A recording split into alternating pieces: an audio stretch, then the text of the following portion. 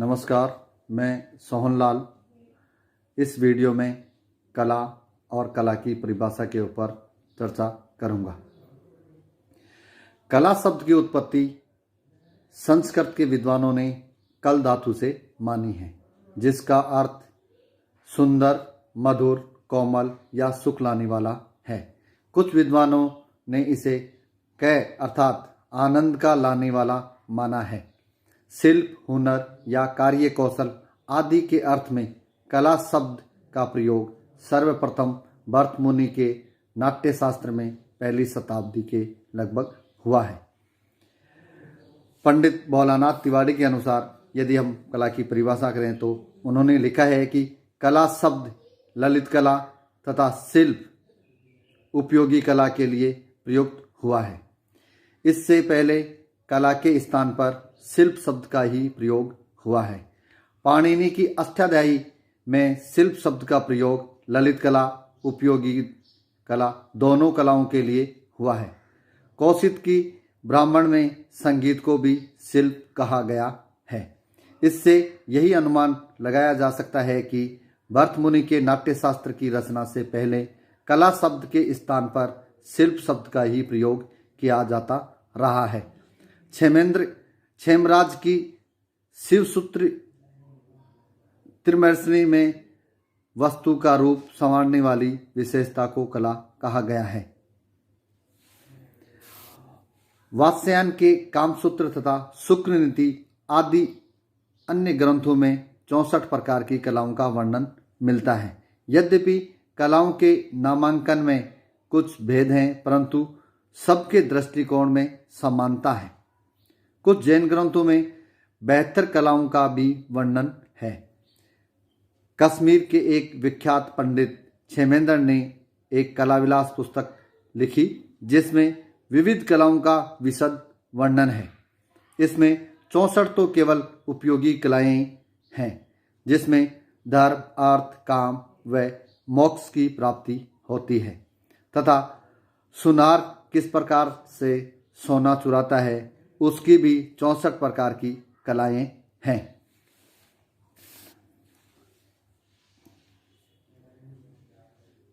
लिखने के कौशल को 16 प्रकार से जन सामान्य को धोखा देने की कला का तथा अन्य कुछ कलाएं इस पुस्तक में वर्णित हैं। उपरोक्त कलाओं को ध्यान में रखते हुए यही बात सामने आती है कि किसी भी चतुराईपूर्ण कार्य को कला कहा गया है। इसमें ललित कला और उपयोगी दोनों ही कलाएं आती हैं। ललित कला में संगीत, मूर्ति, चित्र और वास्तुकला ही आती है। कुछ विद्वानों ने कला को भी ललित कला के अंदर माना है। यह विषय विवादास्पद है। हमारे ग्रंथों में काव्य को ललित कला के अंदर नहीं माना है। जिन विद्वानों ने काव्य को ललित कला के अंदर नहीं माना है, उनमें श्री जयशंकर प्रसाद, श्री रामचंद्र शुक्ल तथा श्री नंद दुलारे वाजपेयी हैं। छुटपुट छंद की रचना जो कवि मनोविनोद के लिए करता है उसे कला कहा जा सकता है, परंतु काव्य कला नहीं हो सकता, क्योंकि काव्य तो विद्या है। आधुनिक विद्वानों के अलावा कुछ प्राचीन विद्वानों ने भी काव्य कला को कला से अलग माना है, जिसमें भर्तृहरि का नाम उल्लेखनीय है। इनके प्रसिद्ध श्लोक साहित्य संगीत कला विहीन है, साक्षात पशुपुच्छ विषण हीन है। इसमें साहित्य, संगीत तथा कला को अलग अलग लिखना ये बात स्पष्ट करता है, परंतु फिर भी कुछ विद्वान काव्य को कला ही मानते हैं। उनका कहना है कि संगीत, चित्र और काव्य तीनों ही कला के अंतर्गत आते हैं।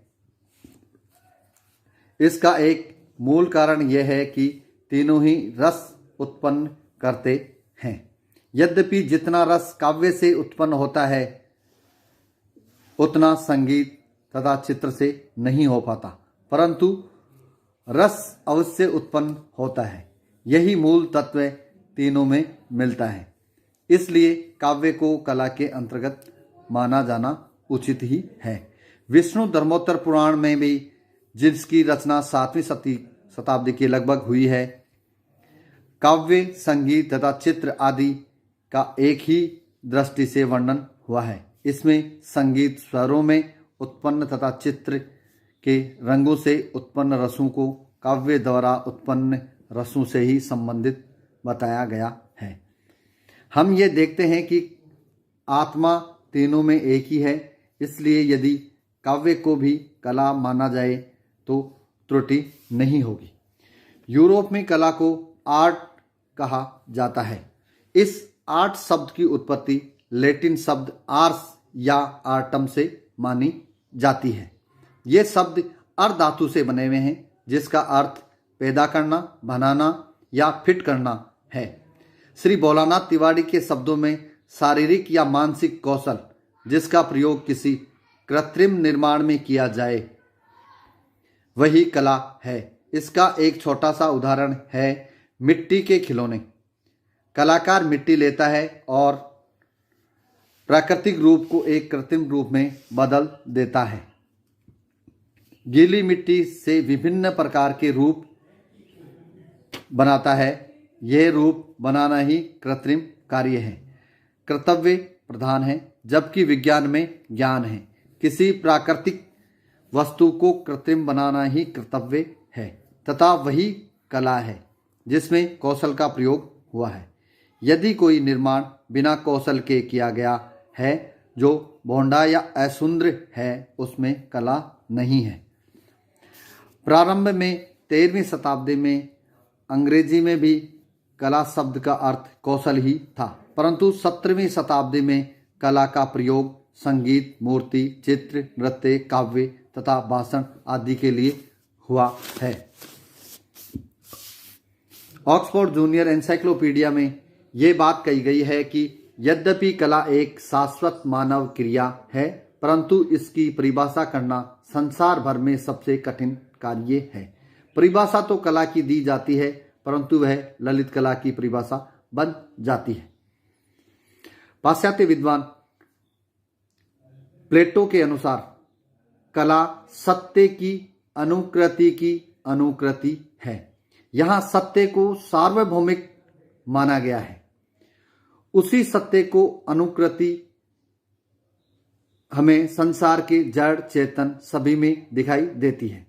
इन्हीं जड़ चेतन का चित्रण जब कलाकार करता है, यही उस सार्वभौमिक सत्य की अनुकृति है।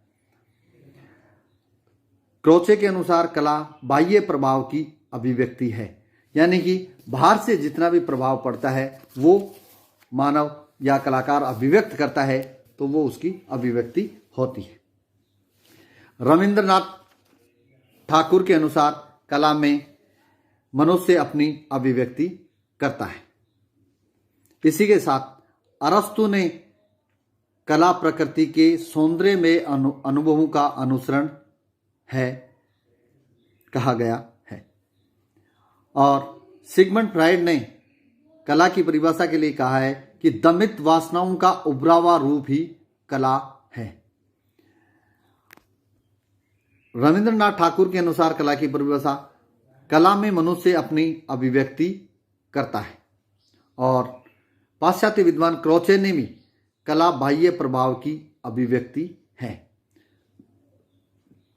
टॉल्स्टॉय के शब्दों में यदि कला की परिभाषा की जाए तो अपने में बाहुओं की क्रिया, रेखा, रंग, ध्वनि या शब्द द्वारा इस प्रकार अभिव्यक्त करना कि उसे देखने या सुनने में भी वही भाव उत्पन्न हो जाएं, कला है। रसिकन के अनुसार प्रत्येक महान कला ईश्वरीय कृति के प्रति मानव के आह्लाद की अभिव्यक्ति है। जयशंकर प्रसाद के शब्दों में यदि कला की परिभाषा की जाए तो ईश्वर की कृतित्व शक्ति का संकुचित रूप जो हमको बोध के लिए मिलता है वही कला है। ईश्वर की कृतित्व शक्ति क्या है? जो कुछ भी हम अपनी आंखों से देखते हैं,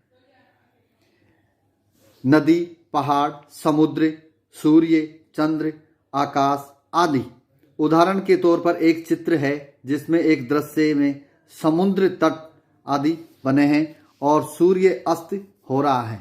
उसे देखते ही हम कह उठते हैं कि कितना सुंदर दृश्य, या समुद्र कितना सुंदर, आदि आदि है। यदि यही चित्र उस ईश्वर की कृतित्व शक्ति का संकुचित रूप है जिसमें हमें बोध उत्पन्न होता है, यह संकुचित रूप बनाना ही कला है। कुछ विद्वानों ने कला को अनुकृति की अभिव्यक्ति कहा है।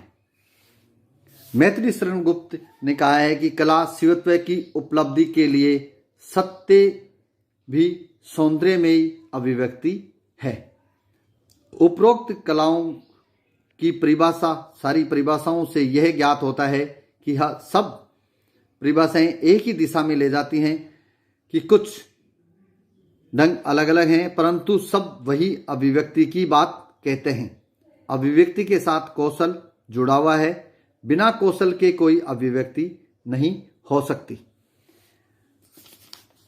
अर्थात निष्कर्ष के रूप में यदि अपन कला की परिभाषा करें तो उसमें कला मानव मस्तिष्क की वह क्रिया है जहां वह अपने अनुभवों को किन्हीं निश्चित कला तत्वों एवं सौंदर्य सिद्धांतों के आधार पर अभिव्यक्त करता है, उसे कला कहते हैं।